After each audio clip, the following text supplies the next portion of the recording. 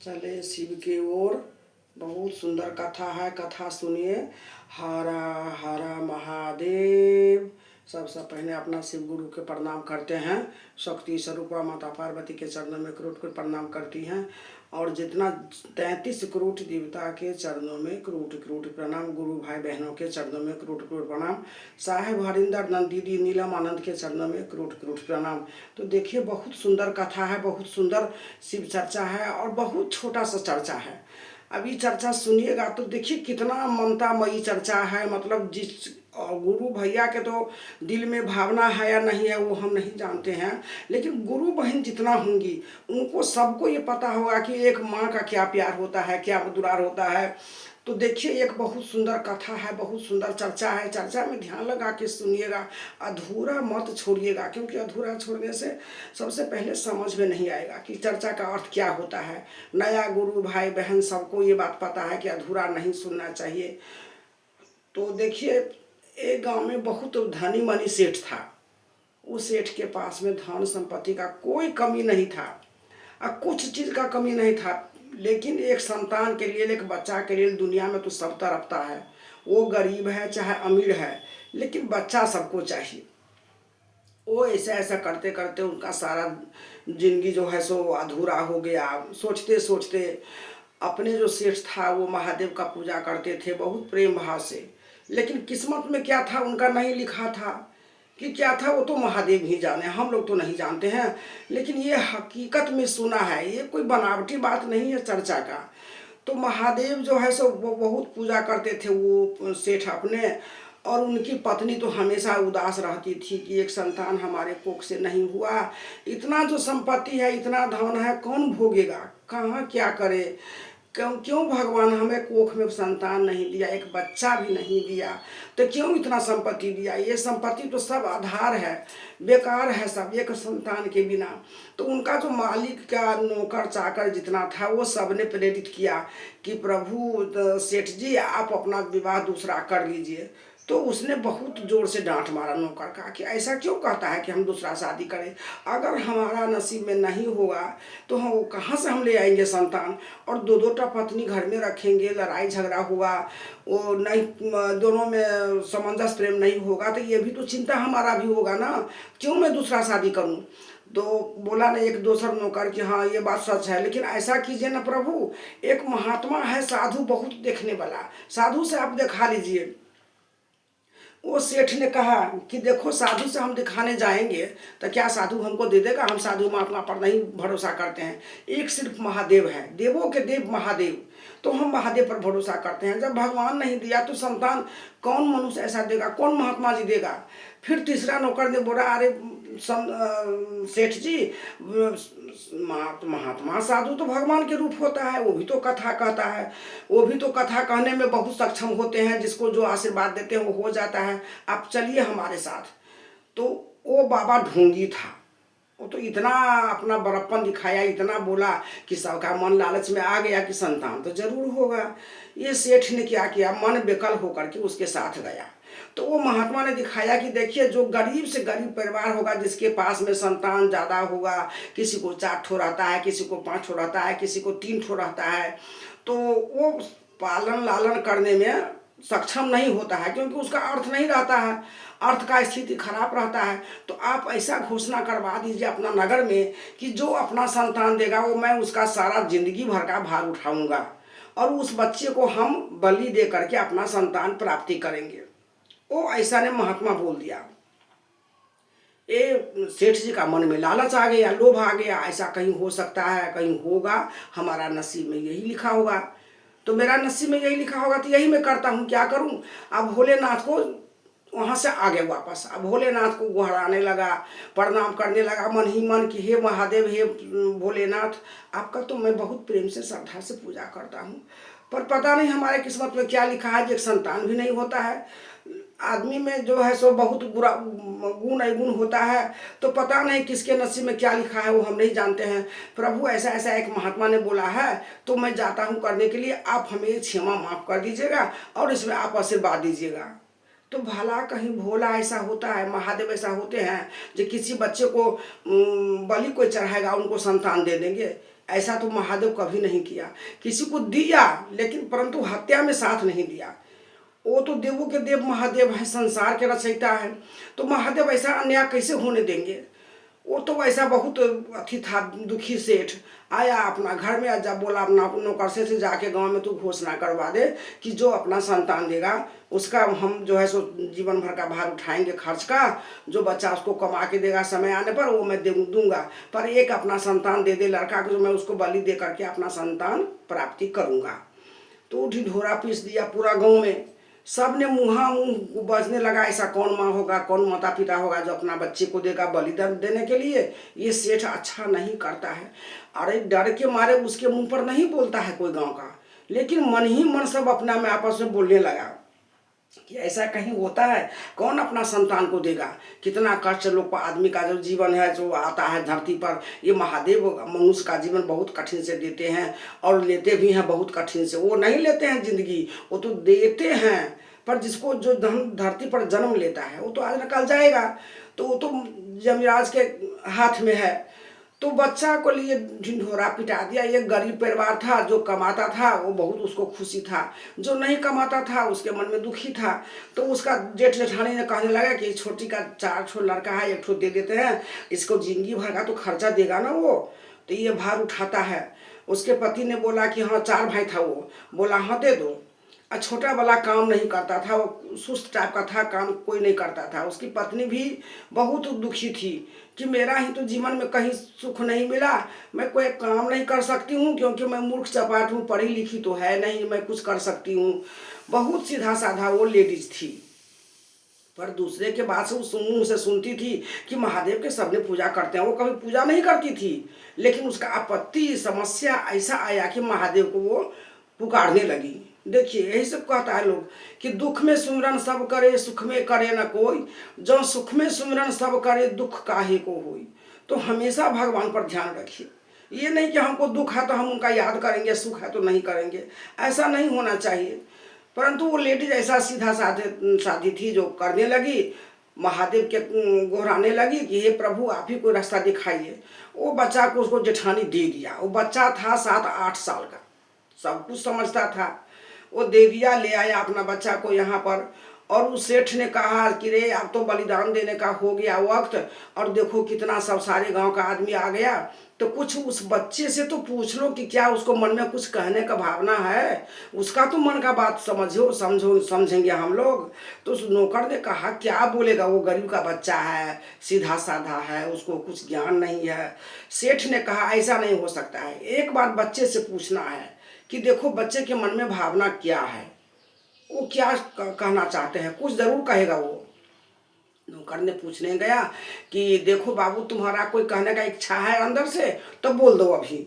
वो बच्चा ने बोला हाँ अंकल हमको बालू का जरूरी है। बालू? कौन सा बालू? तो कोई सा बालू हमको ला दीजिए थोड़ा सा। कितना चाहिए? तो यही 2-4-5 किलो। 2-4-5 किलो क्या करेगा बालू लेकर के, रेता लेकर के तो क्या करेगा। उसने कहा अंकल आप पूछे हैं तो हमको ला दीजिए ना, प्लीज़ हमको ला दीजिए। वो बच्चा को तो मन दुखी था, लेकिन देखिए भगवान के देन बच्चा होता है और बच्चा भगवान के रूप होता है। 7-8 साल का कितना उम्र होता है, कितना ज्ञान होता है। तो ये सब तो शिक्षा महादेव ने दिए वो बच्चे को। तो नौकर जो सा मालिक को कहने गया सेठ के कि सेठ ऐसा ऐसा वो कह रहा है कि बालू का रेत हमको चाहिए। तो सेठ ने बोला जल्दी से ला दो, बच्चे का क्या भावना है वो हम देखना चाहते हैं, ला दो। उसके ये कोई पैसा वाला सामान नहीं है, अगर वो पैसे वाला सामान मांगेगा तो हम वो भी पूरा करेंगे, क्योंकि दूसरों को बलि चढ़ाना है तो हम करेंगे पूजा, पूरा कर देंगे बच्चे को। तो जाओ ला दो बालू का ढेर। वो सीमेंट वाला जो बोरी होता है उसे 1 बोरी बालू ला दिया, उसके आगे में रख दिया। अंकल आप नीचे रख दीजिए ना। उसने नीचे बालू को रख दिया। एक लगाया महादेव का ढेर। देखिए कितना ज्ञान महादेव ने दिया।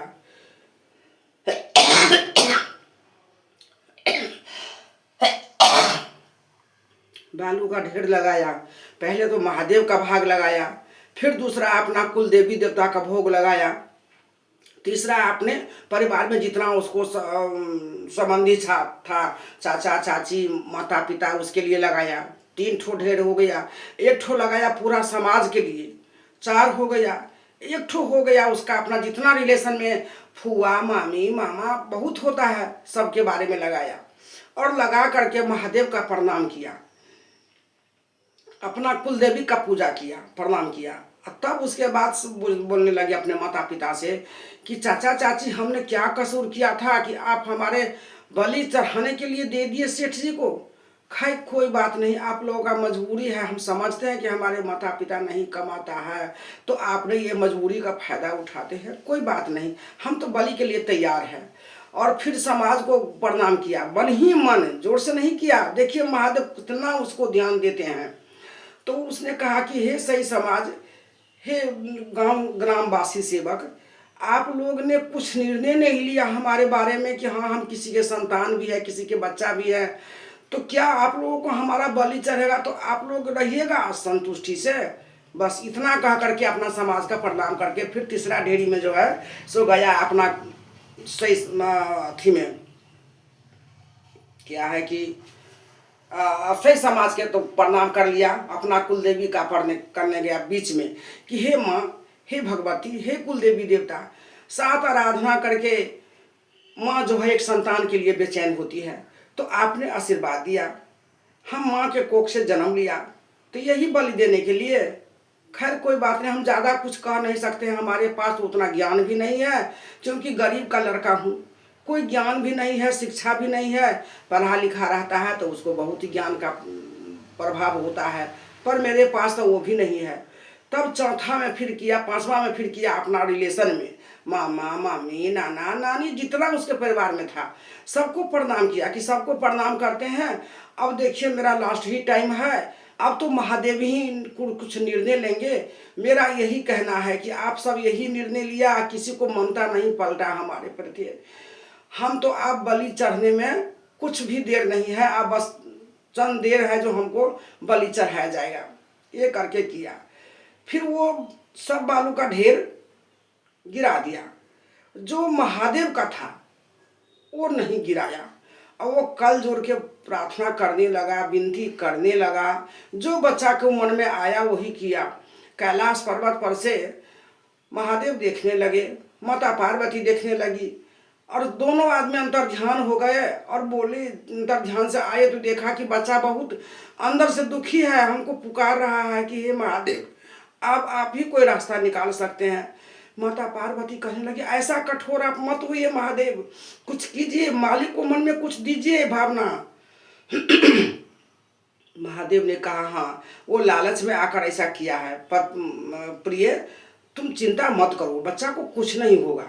देखो कितना भाव प्रेम से जो मूर्ख चपाट बच्चा है, कितना अरमान से वो 5 ठो ढेरी लगाया, सबको अलग अलग कर दिया बालू का ढेर, लेकिन मेरा ढेर जो है वो अभी तक रखा है, तो मैं उसको क्यों नहीं रक्षा करूँगा, जरूर करूँगी। तुम मत रोना पार्वती मैया, माँ तो माँ होती है। माँ रोने लगी। महादेव बोला कि देखो पार्वती तुम इतना दिल छोटा करोगी तो मैं कैसे करूँगी ये काम, तुम ही एक अर्धांगिनी होता, सबके पति का पत्नी अर्धांगिनी होता है, साथ देता है दुख में सुख में अग्नि में सब कुछ में, जल थल में। तो तुम जो इतना दिल छोटा करोगी तो कितना बच्चे को तुम ऐसे पालोगी बताओ। तुम्हारा जितना संसार है, पूरा विश्व है, सब संतान तो हमारा ही है। तो पार्वती ने बोलने लगी हाँ प्रभु आपने बहुत हमको हिम्मत दिया, आप कुछ कीजिए सेठ जी को मन में। तो सेठ जी को मन में ममता जागा, और वो सेठ जी ने बोले कि चलो हम भी पूछ लेते हो बच्चा से कि हाँ क्या बच्चा के मन में भावना है। तो सेठ जी उठ के आया, बोला बेटा ये ढेर जो तू लगाया था रेता का क्यों लगाया था, और रेत को क्यों गिरा दिया, एक क्यों नहीं गिराया, क्या बात है बेटा बोलो। उसने बोला अंकल आप जिस काम के लिए लाए हैं हमको वो आप शुरू कर दीजिए, हम कुछ के लिए दुखी नहीं है। नहीं बेटा तुम्हारा मन का बात जरूर जानेंगे, हम जरूर हम जानेंगे। लेकिन बच्चा नहीं बोला, वो तो महादेव पर ध्यान दिया था और बोला कि महादेव ही हमारा रास्ता निकालेंगे, उसलिए कुछ मुंह भी नहीं खोला। फिर एक समाज उसमें से गया पूछने के लिए, बेटा हम तो कुछ नहीं, हम लोग इतना देर से बोल रहे थे, अब हमको तो कहो कि क्या तुम इसके क्या सोच के लगाया था ढेर, हम लोग का थोड़ा ज्ञान का प्राप्ति होगा, हम लोग थोड़ा सीखेंगे, तुमसे सीख लेंगे बेटा बताओ।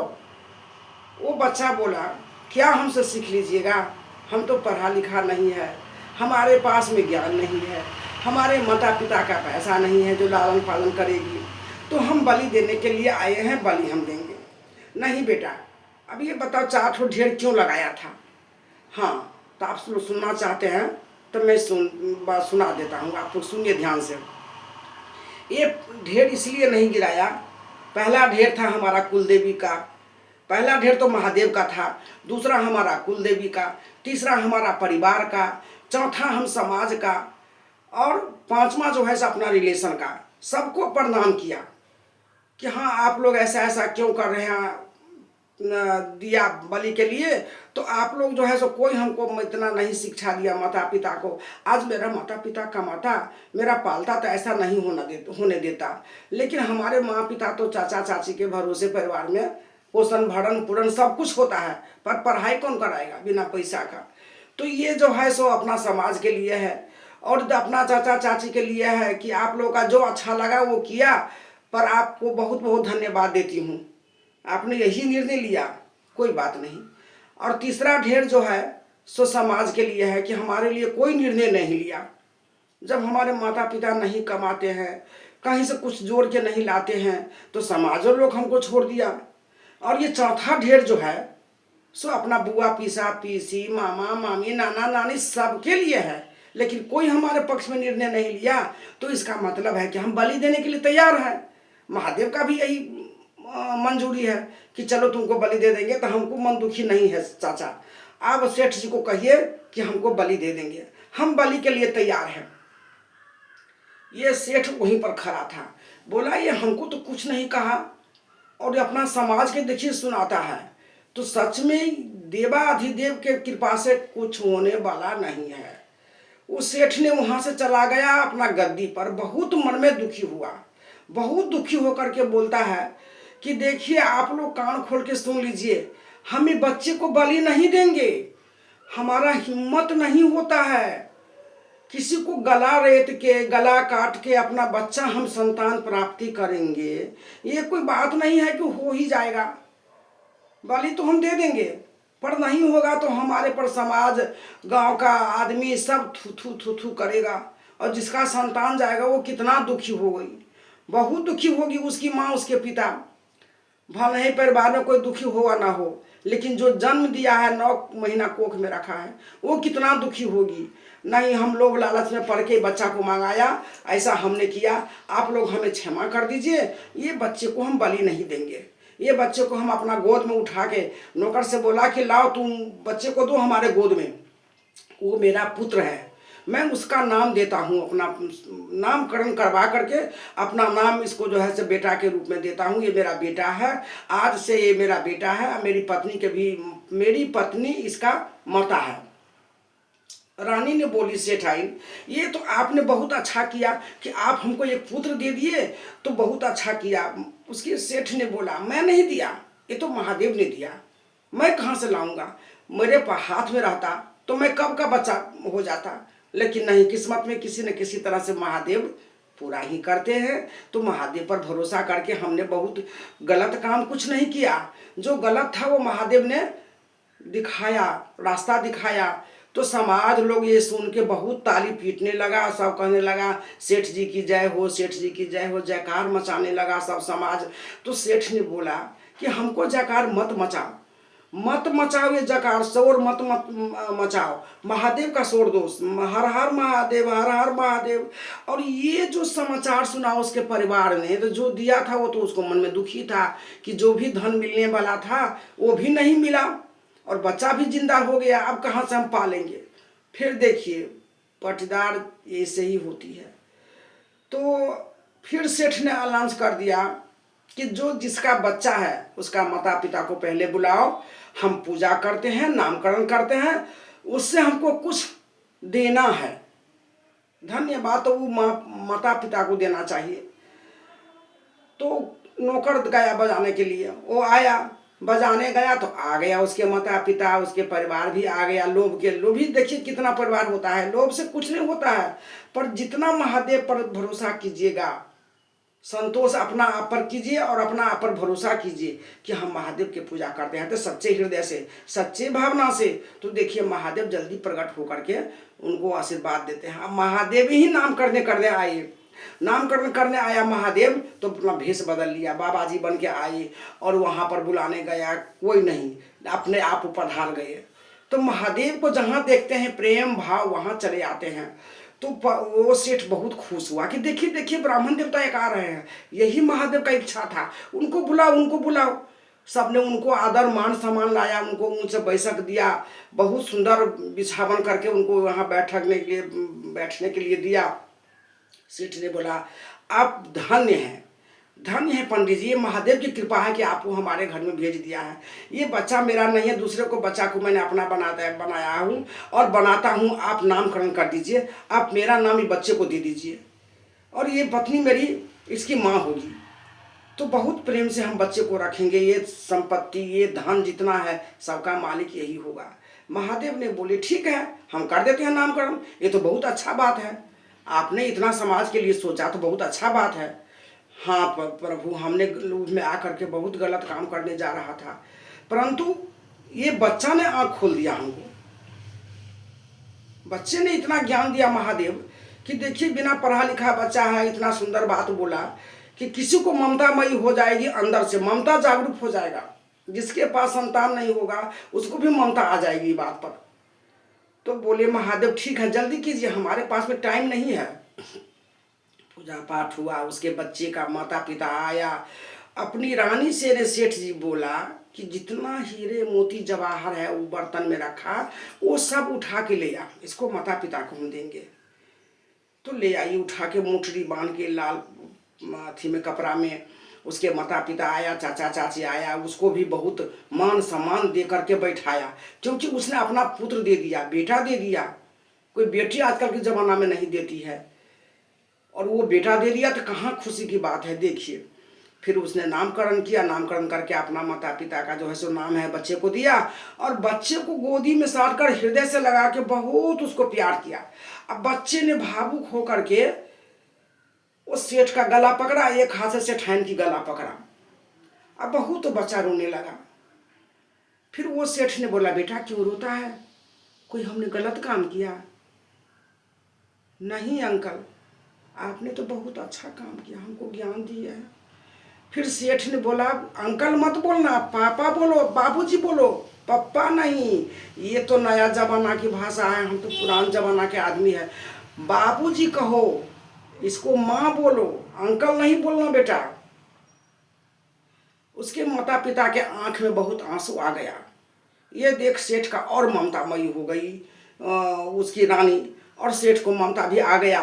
बोला वो बच्चे को गोदी में दे दिया रानी को और बोला कि देखिए आप लोगों का हम बहुत अपराधी हैं, हमारा अपराध क्षमा कर दीजिए, आपका बच्चा भी रह गया, आपका सारा सामान मैं बच्चे को दिया, आपका ये बच्चा नहीं है आज से बल्कि अभी से ये मेरा संतान है।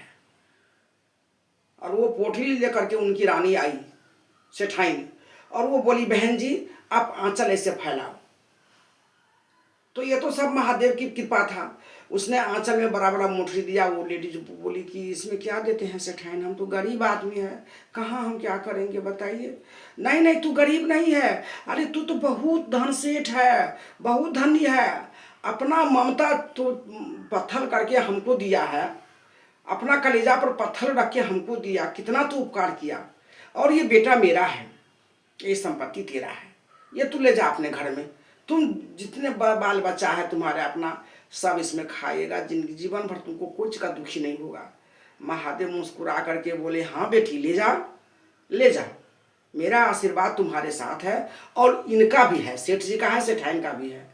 तो देखिए ये शिव गुरु का चर्चा कैसा लगा, आप लोग सब्सक्राइब करके इसको लिख कीजिएगा और कहिएगा कि कहाँ से सुन रहे हैं। हर हर महादेव। शिव गुरु का चर्चा को विराम देते आप लोगों का प्रणाम करते हैं। जय भोलेनाथ।